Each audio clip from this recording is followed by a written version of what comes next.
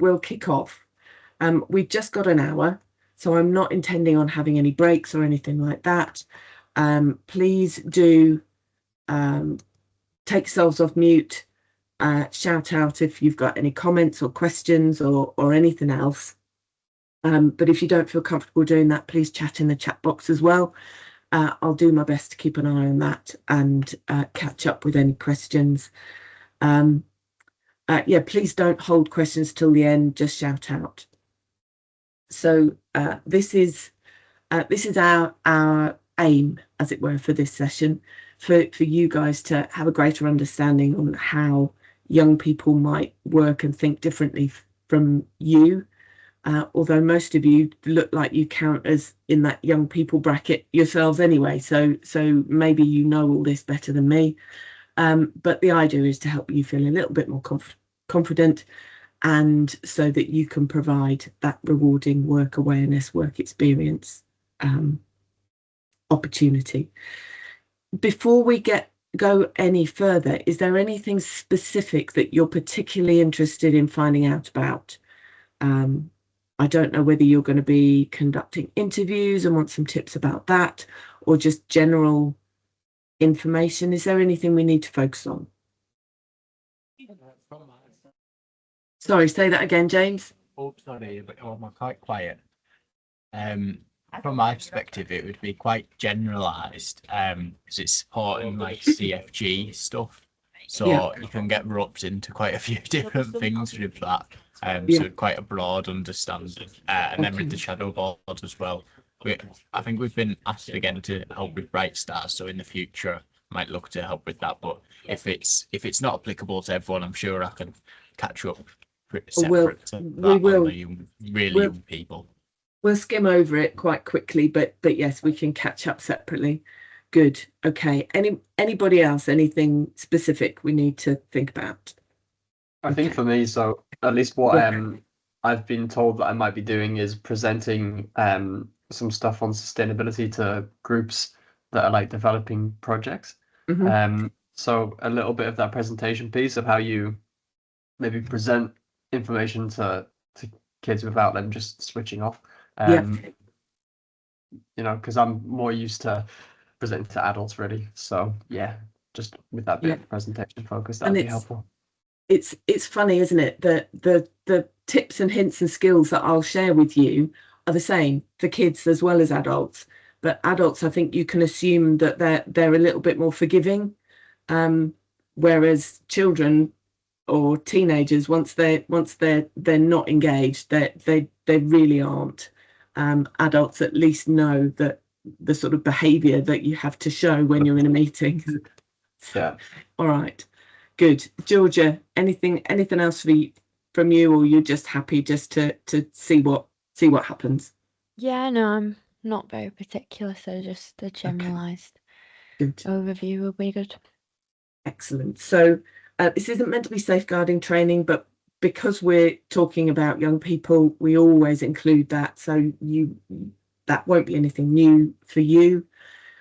We'll have a think about engaging and communicating with your audience. So Ross, that's where that presenting will come in. And then the session planning and delivery ideas, providing feedback. We probably won't have time for it all, but we'll see how far we get.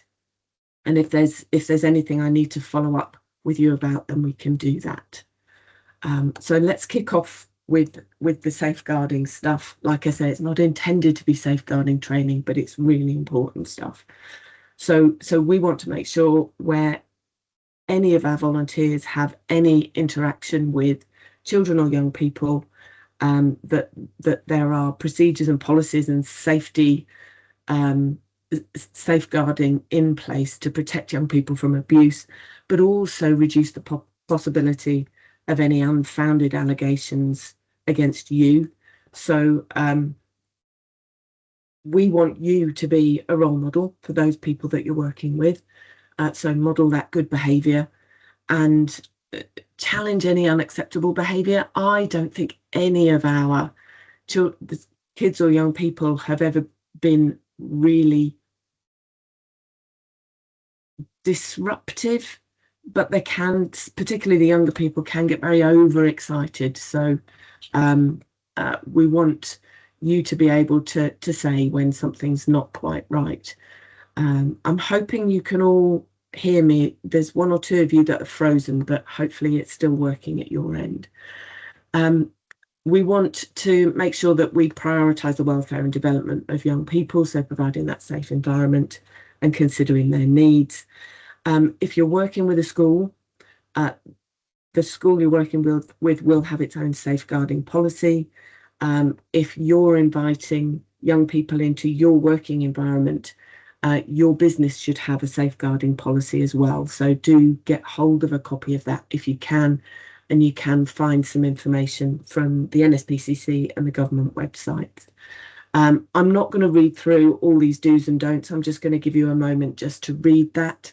I can share that with you afterwards if you would like me to. So I'm just going to give you a moment to just take a look at that.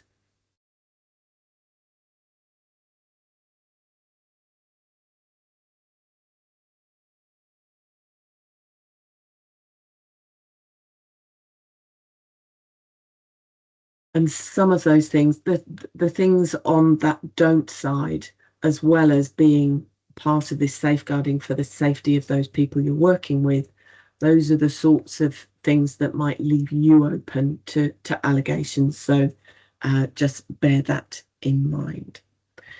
Does anyone have any questions about any of that? Good. Nothing from me. Excellent. So when you're working with young people, do any of you have any concerns or feelings about that? If you were to describe how you would feel working with either of those two groups, what 2 or 3 words would come to mind?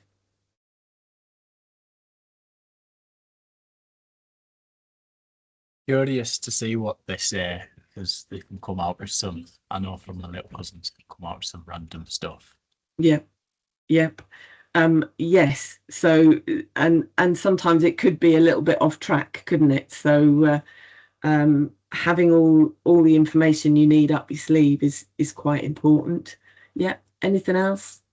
It's probably what to do with people if they are disengaged. Do you try and bring them in?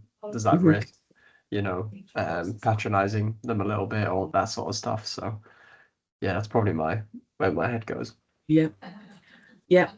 So and I think that's a really good point, Ross. And certainly what we would suggest is make sure that you don't lose their attention in the first place. The vast majority of kids that we work with want to be where you are. They want to be learning. So yeah, we've got some tips and hints and so on in a moment that will help you with that. So I love this picture of the primary school children, although they do look like they would be a bit of a handful. But anyway, so you said that you guys are mostly going to be working with slightly older children, and you may recognise some of this as well. So teenagers tend to sleep less. They're less risk averse than older people. Their attention span is slightly limited. It varies for different people. And as it says on here, during that time in COVID where people in school didn't get that same interaction as they may have done in previous years, it does mean that they've had less opportunity to learn how to communicate face to face, learn how to develop their sort of social skills. You would hope that what is it, 5 or 6 years on, that people would have caught up, but we do still recognise that people who are coming into the workplace now do still have some hangovers from that period in COVID, particularly. Can I ask a really random question? Yes, you can. Is that Craig Hamilton? Yes. No way. Do you mind if I take a picture of that? Don't tell him. Don't tell him you got it from me. Okay, I won't. Yes. I won't. So, No. funnily enough, And his Craig, wife. pardon? That's his wife as well, right? Or I no? guess it must be. Yeah. I guess it must be. The reason Craig's picture is on there is Craig used to do my job before I started at the Centre for Leadership No Performance. way. No way. And we do still work with him. So, yeah. Right. Well, he was both my French teacher and then my colleague most latterly at the Cumberland. So that's a funny coincidence. Isn't it just? Yes. So if you show him that picture, he'll know where you got it from. Okay, So, great. Sorry for interrupting. so yes, so we were saying, you know, some young people do struggle with those social skills. They do struggle with confidence. More and more, we are recognizing things like neurodiversity, ADHD, autism. So there are the kids that you're working with will have different levels of social skills, and being able to deal with that is quite important. If you know you will be working with people with some sort of who are neurodiverse in some way, there is separate training on that. It will be a whole course in itself. And in an hour, we don't have an awful lot of time to go through that, but it's definitely worth looking into if that's something that concerns you. By and large, though, we would advocate just treat the people that you're working with as if they are adults the same as you. Make sure you listen, make sure you ask questions, be curious, be interested in them, and they will be interested in you as well. So this is quite a busy slide. There's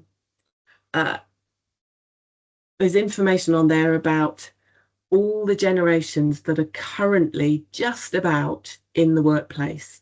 The builders there on the far left-hand side are mostly retiring, and Generation Alpha in the green on the right are just coming into the workplace. Now, if you're working with people on dream placement, they're probably somewhere in between Generation Z and Generation Alpha. So those people born around 2009, 2010. And this is a I think a really interesting diagram about the sorts of things that people are interested in. So for me, I'm firmly Generation X. So I remember things like Walkmans and Rubik cubes and so on and so forth. You guys probably don't remember that. You're not old enough. But where do you fit in? Are you Generation Y, Generation Z? I think I'm classed as Z from the dates. Yeah, I'm Z from the dates as well. Yeah, I'm technically Z from the date, but I've kind of always viewed myself more as a millennial, I think. Yeah. By virtue of having older friends. Yeah. Yeah. So the thing that I find really interesting in terms of engagement as well is these leadership styles. So back in the day, leadership was very much more directive. Nowadays, you can see if you look at the little icons that people work much better if you're less controlling, if you are sharing ideas, asking for opinions, getting them to work things out for themselves rather than just telling. So that would be my first tip, is think about that, the way that you structure whatever it is you're going to work with them on, to not just be that sage on the stage, but really think about guiding, empowering, inspiring the people that you're working with. So what I would like to do is get you just to have a think about this, just in terms of Generation Z, just because that's the one that I've got the detail for there. Can you see that well enough? Can you see the writing on that slide? So Yeah. When it comes to you working with your groups of young people, bearing all this in mind, they're going to be around about Generation Z, same generation as you. What sort of things are going to, if you look at all of those 10 sections, what sort of things might you consider if you are putting together some activities or telling people about a particular topic? Is there anything in there that strikes you that is worth bearing in mind? Just take a minute to read through and let me know what you think.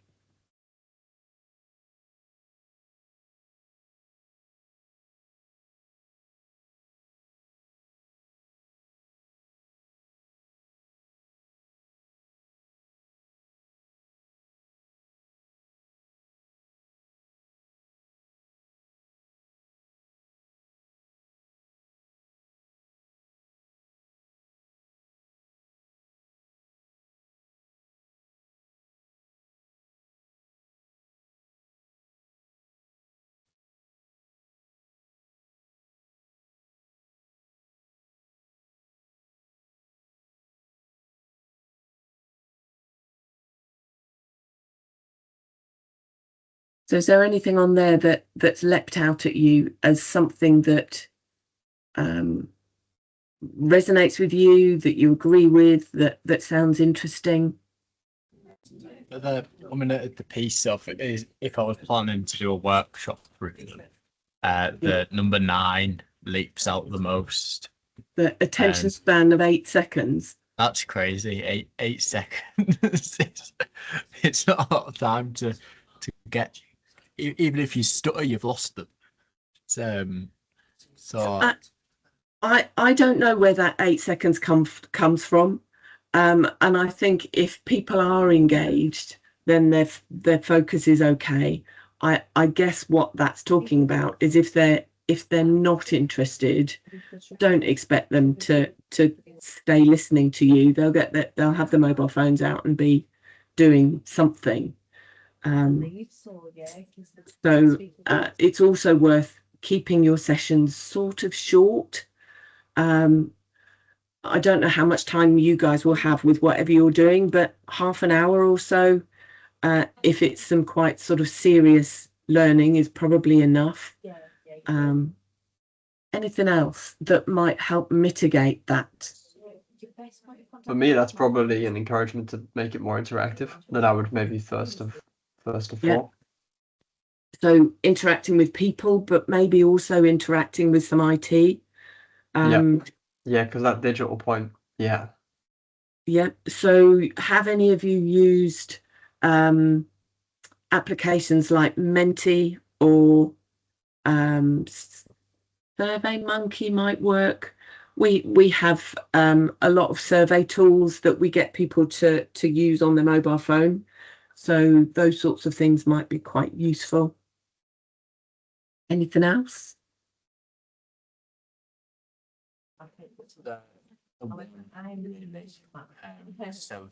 Because it is strange when you think about it from.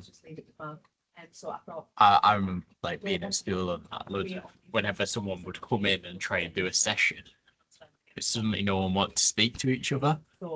So like when it says about the social and they're really socialized and everything like that, and they're interactive and everything like that, it does to build on the interactive piece, interactive group exercises where they're all trying to get into it.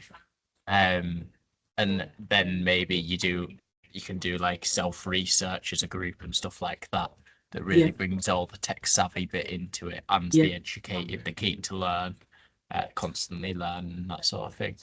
Yeah, I think it's a really good point. And this is going to sound really contradictory from the last slide where I said they like for you to be less directive. In fact, if people are not speaking out, actually having some quite clear instructions for what you want them to do is really helpful. So, look on your phone and look for information about this thing. You've got 5 minutes, and at the end of that 5 minutes, I want you to fill in this worksheet.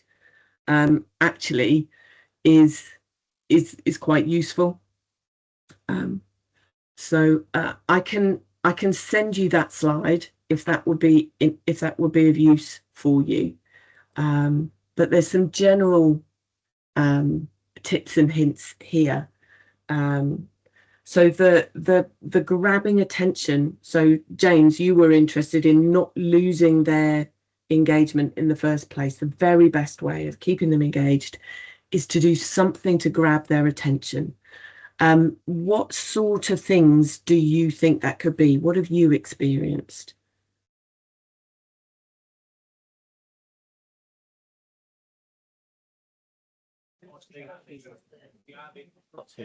Too fewer.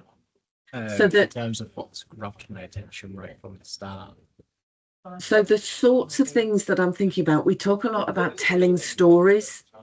That's where So- my Yeah, go on, Ross. our CFO recently gave an update on the annual accounts, which is pretty dry. Looking into all the financial movings of the building society. So, he really upfront was just making it very much like a story. I probably won't adopt everything that he did, but I think if you frame it more as a narrative, it's easy to get behind. Because especially with the numbers thing, like that can feel really like it places a barrier between people who aren't as mathematic. But that's just an example. But yeah, I think a narrative hook of some sort can be quite helpful. Yeah, definitely. Just sticking to facts and figures is dry at the best of times. You're right. So some sort of story. And that links into that third bullet point down, making that topic relevant to them. So if you were talking about something around finance, these might be the sort of people who are beginning to think about moving out of home, renting a property, something like that. That's maybe, if you're talking about savings or investment or something like that, that may be something that's relevant. If you ask questions, people need to listen. So you might start with a fairly straightforward question. Something, and as it says up there, something that's important to them. So Ross, I don't know if it's relevant, but who's currently still living at home? Really straightforward, something they can just stick the hand up. They don't have to speak out in any length. And those questions can become more complicated as you go through whatever it is you're doing. Start off with some really straightforward closed questions, whatever age of people you're working with, and move on to the things that require a little bit more in-depth thinking later. Those simple questions, first of all, mean it's less threatening to open your mouth if you just need to raise your hand or say yes or no. Interaction and activities, I would say, is the most important thing. Give them something to do, something to be creative with.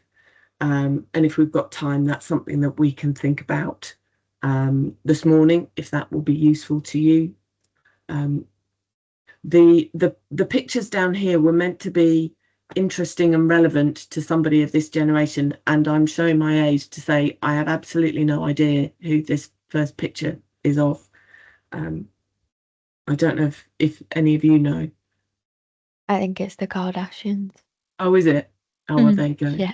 And is that middle picture meant to be the Cumbrian, the floods in Cumbria?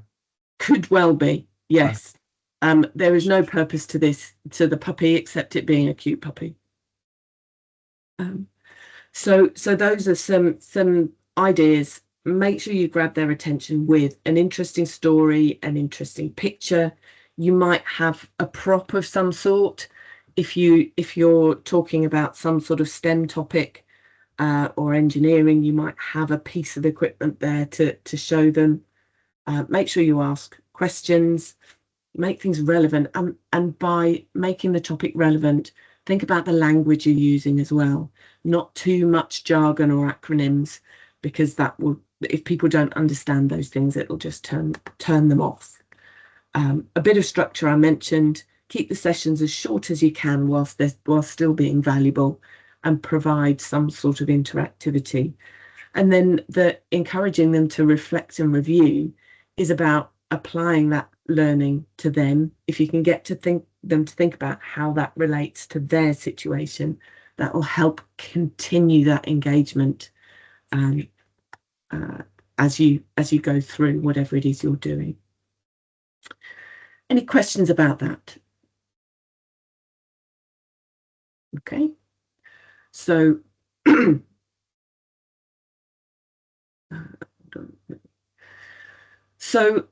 just thinking about session planning, I'm going to skip over this because it's sort of included in the rest of it.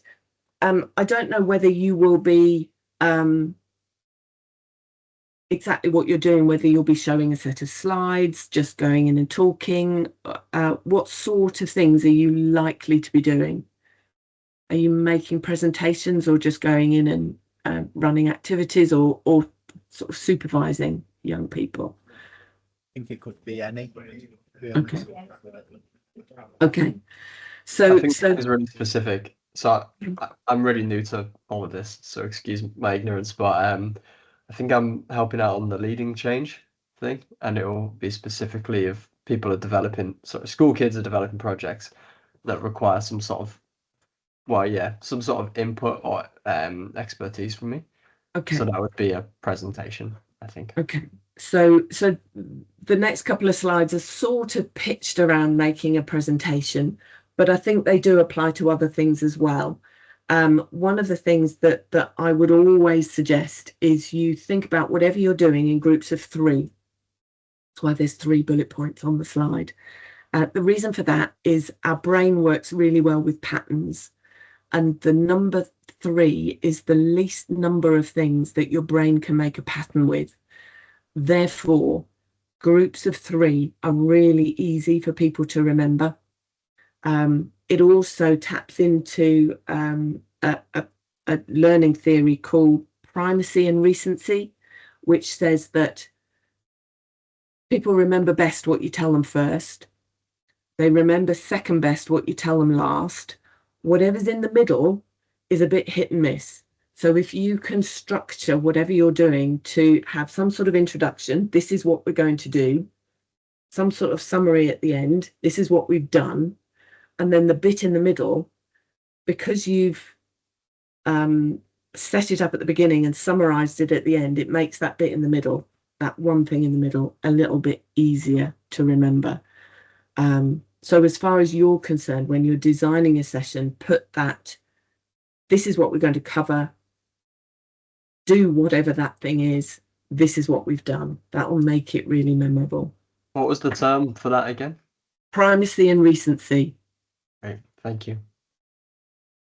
So as far as you're concerned, for your whatever you're doing, take some time to think about planning, designing, and then delivering in the way that you put this together.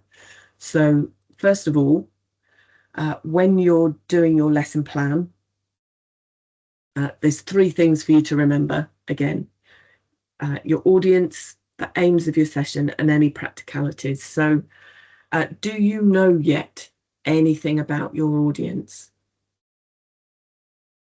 What do you think you might need to know?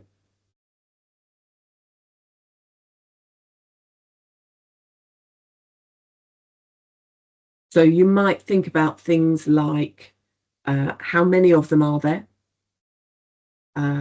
What level of knowledge do they already have in the topic that you're going to talk to them about? You might get some information from their tutor, college teacher, or current boss about the sorts of things they're already doing. You might need to find some of those things out and use that information to tailor your delivery in terms of things like the language that you use. The second bullet on there is the aims of your session, and that's where that previous session planning slide came in. What do you want your audience to know, feel, and do? So what information do they need? Do you need to give them? How do you want them to leave your session feeling? And what do you want them to be able to do at the end of it? Do any of you know that yet? Okay, so have a think about that. What do you want them to know, feel, or do? That will then make putting everything else together a lot easier, because if you think back every time to, does this tap into what I want them to know, what I want them to feel, or what I want them to do, that will really help you filter what needs to go in and what needs to not. And then the final thing on there, the practicalities, things like how much space are you going to have? What sort of IT do you need? Do you need somebody to help you with photocopying? What time do you want to start and finish? Those sorts of things. Plan those in advance, because again, that will give you a framework to fit the content that you want to share in. Does that all make sense? I feel like I'm doing loads of telling at the moment, and part of that is in the interest of time. But if we had a little bit longer, I'd get you to go away and actually start planning a session. But we might struggle to do that this morning.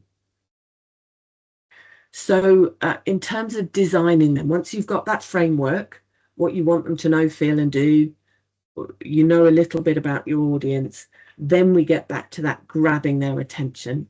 So start with a story or a picture or a prop of some description.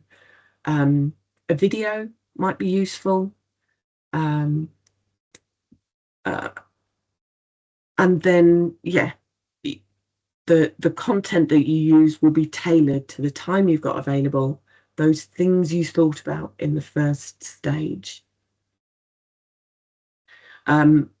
If you can set up some sort of practical task to get them doing something, I'm not sure about teenagers whether Lego really works, but some sort of, I don't know, the sorts of things that we would run with a group of early careers people might be some sort of team building activity, for example.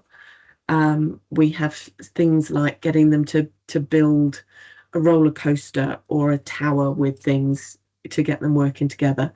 Some things sound really childish, but actually when you start doing them, they can be really engaging. And then the communication piece is about the language that you use, the questions that you ask. Remember, I've talked about starting off with some really simple closed questions and then moving on to the more complicated questions later on. Is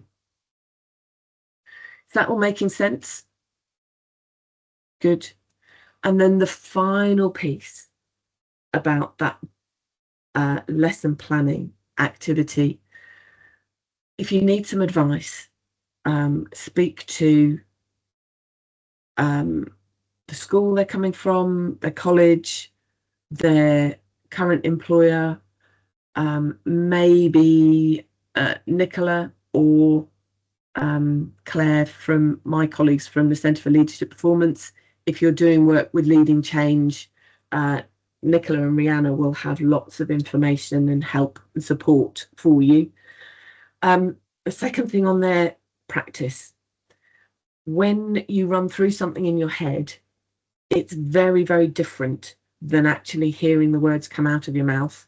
Apart from anything else, I think your brain works faster when you're not speaking.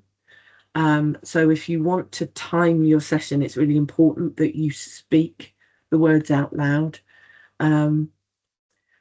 Get someone to give you some feedback as well if you can. That will be really useful. And, you know, if it's something that you enjoy and you're passionate about, make sure you get that across as well. If you sound like you're enjoying yourself, then the people that you're working with will be enjoying themselves as well. Any thoughts or questions so far?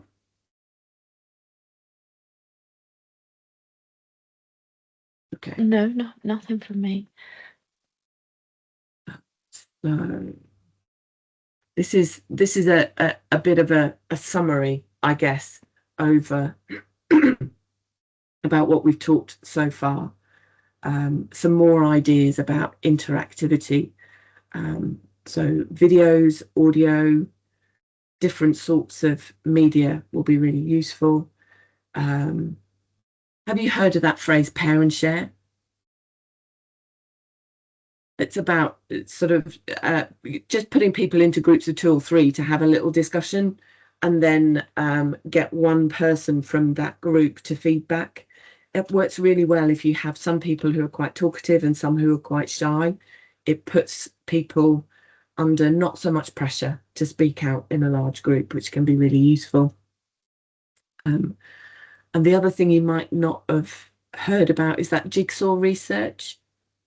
So if you have a group of people, get them each to do something slightly different. So you might have somebody looking on Google for something, somebody else creating a presentation, somebody else, looking somewhere else. Okay. So, hang on, where am I going next? So I had 2 options for the last 15 minutes or so, which was about some people, if they're involved in dream placement, often get involved in interviews. Other people who, if you're not involved in interviews, quite often giving people feedback if you're supervising them while they're on a work placement can be quite useful. Which of those 2 is going to be more useful for us straight away in case we don't have time for both? Giving feedback or tips for interviews? I'd say give them feedback. Yeah, I'd agree. I think for me it's hard to say, but I would like that generally. Anyways, like giving feedback, that is. Okay, so we'll start off with the feedback and see how far we get. So the model that we generally use for sharing feedback with people is I've deliberately picked the one which is as straightforward as possible. It's called the AID model. Really useful for feedback. It's a really useful structure for any sort of conversation. So the 3 letters AID stand for action, impact, and do. And it's really important to remember to frame all of this around we call it your positive intent. And what I mean by that is you're giving someone feedback because you want them genuinely to do better. You want them to learn something, or you want them for life to be made a little bit easier for them, or something, not just that what they're doing is irritating. Although there might be a related impact of that. So essentially, that's your conversation around that positive intent, and within that framework, you want to explain the action, the thing that you've noticed, the impact that that's had on you or them or the environment or somebody else. And then the third piece is, what are they or we going to do about that? It sounds really straightforward, and it really is. The key to this is creating a conversation. So if you follow this model and say, for example, you were late this morning, that's unacceptable, don't be late again. It's not great feedback. That's not really helpful. But actually, if you were to say something like, I noticed you were late this morning, what was the reason for that? Is there anything that we can help you with to make sure that you can be in work on time tomorrow? And get them to engage with that conversation. That's much more positive than just being that directive person. So I've got some examples here. Here we go. I'm not sure if this is going to work. Let's see. So there's some very shortened conversations that I'm going to show in a moment, and I'd like you to pick out the action, the impact, and the do for each one. So let's see. So let's start with that that first one. These are maybe not relevant. These are quite generic examples, so they may not be relevant to your work experience, people, or the Leading Change program. But just with that first one, there are 3-ish sentences in that. One relates to action, one relates to impact, one relates to do. Tell me which is which.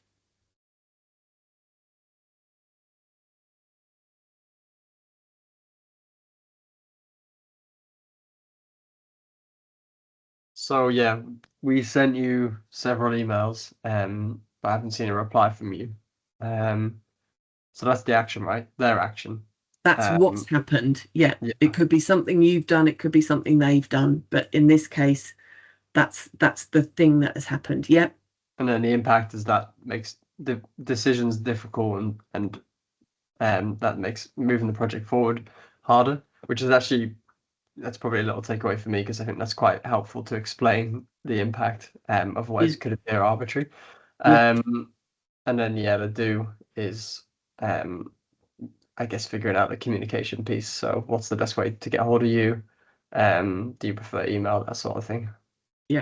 Yeah. So we sent several emails is the action. This has made it difficult to make decisions. That's the impact. And then the questions are around, let's have a conversation about how we can make this work better. Yeah. Good. What about the second one? It's not quite so obvious.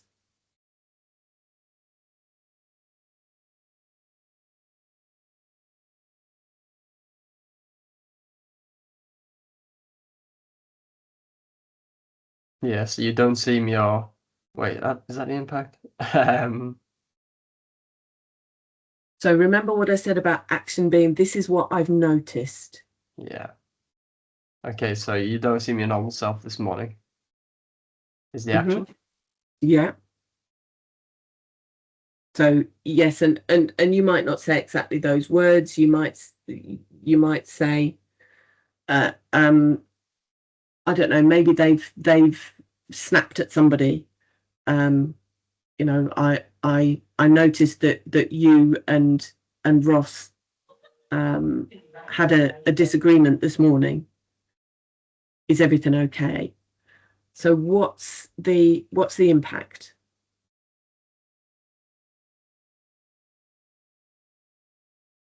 So This impact's not knowing if everything's okay. Is that right? Yeah. Yeah, I think so. The impact in this case is maybe we don't know, but the questions about how are you and is everything okay is around. I guess you'd be sort of asking, what is the impact? Yeah. If you see what I mean. Right. So and then is there anything I can help you with? Is what are we going to do about it? Yeah. Yeah. So they don't necessarily have to come in that AID order. What about the last one?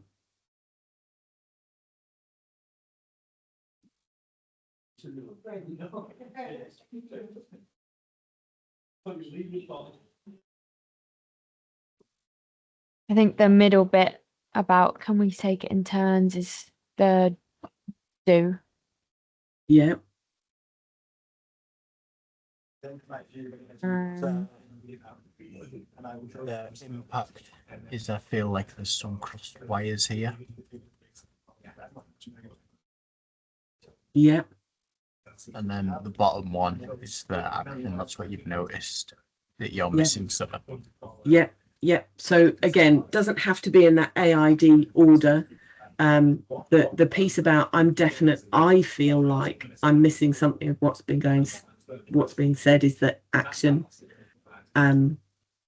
Is the impact, sorry. That I feel like there's some crossed wires is the action, and then the can we take it in turns is the do. So can you think of an example of your own where that might come in useful?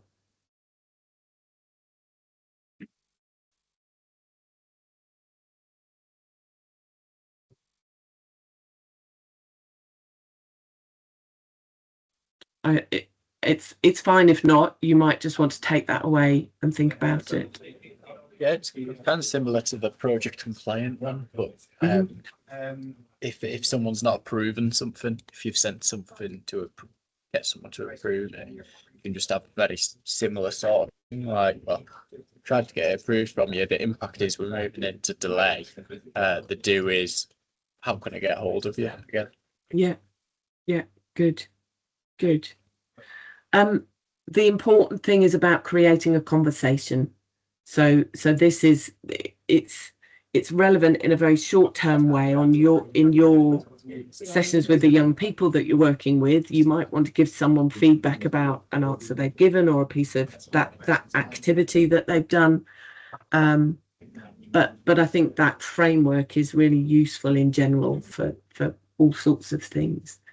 Now, what else was I going to say about this? Something popped into my head and has popped out again. It'll pop back, I'm sure.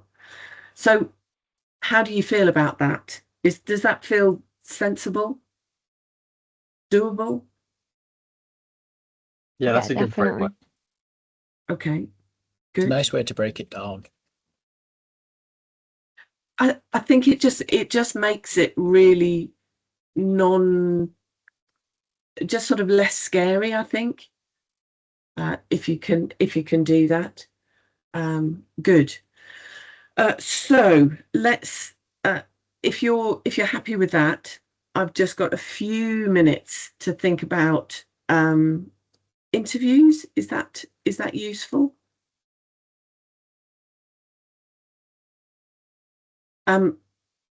So just really quickly, in the 9 odd minutes that we've got left, this sadly is 4 things rather than 3. Is there a slide to accompany this? Because is there what? Sorry. Is there a slide that you're speaking from? Because do I need to press live? There we go. I had it not on live. So there we go. Okay, good. Good. So as far as interviews are concerned, I don't know whether you will be involved in interviewing people for dream placement, but I guess this applies to lots of different situations. Planning is key.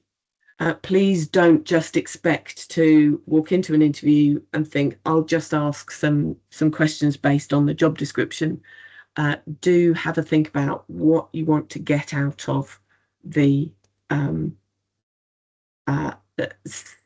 specific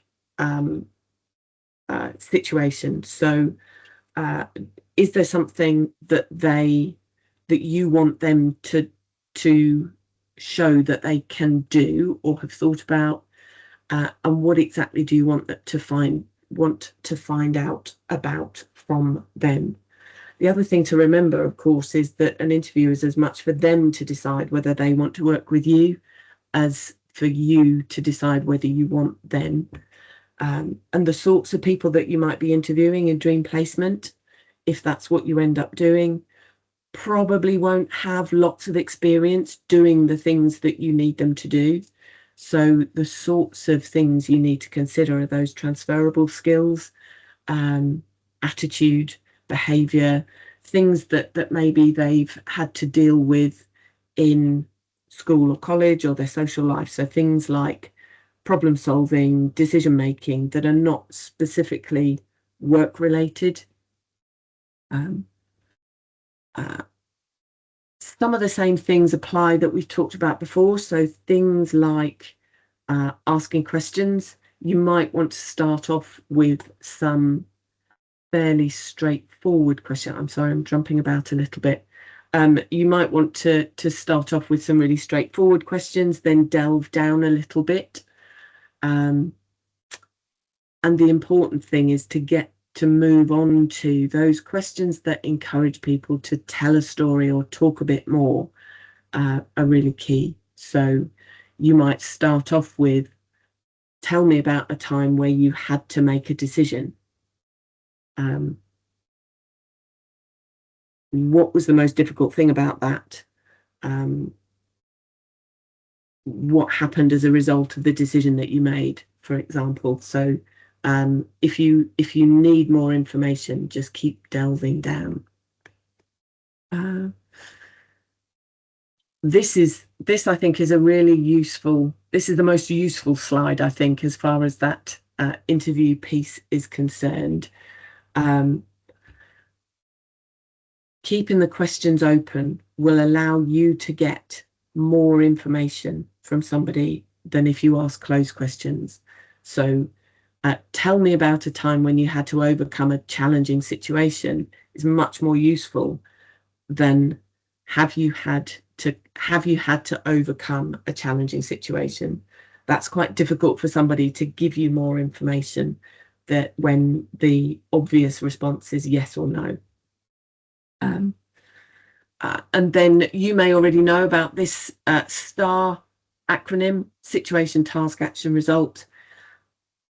I don't know whether you've had any interview skills coaching, but if you have, you will have been told to explain the situation, when and where this was, what was the issue, how did you address it, and what did you achieve. You as an interviewer can ask questions around those same things to help that person tell you as much as you need to know.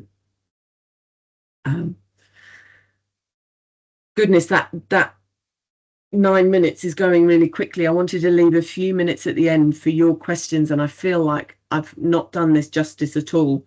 I can certainly share these slides with you if that would be useful, but we're just coming up to the last 3 minutes or so, and I wanted to leave some time for questions.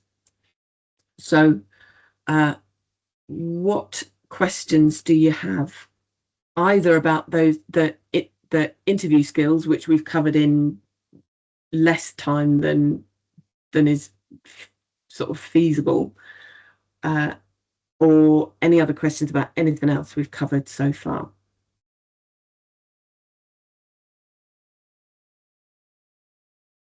I don't really think I have any questions.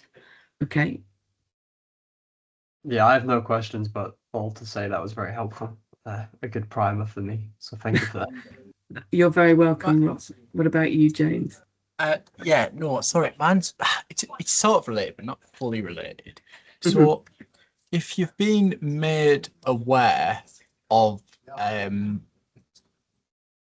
say a special circumstance for someone who's taken part in it, how do you sort of say you set up in a room setting or something, and you've got to make sure this person's in the right place, or you've got to make sure you can manage like the person correctly. How do you sort of do that without singling them out?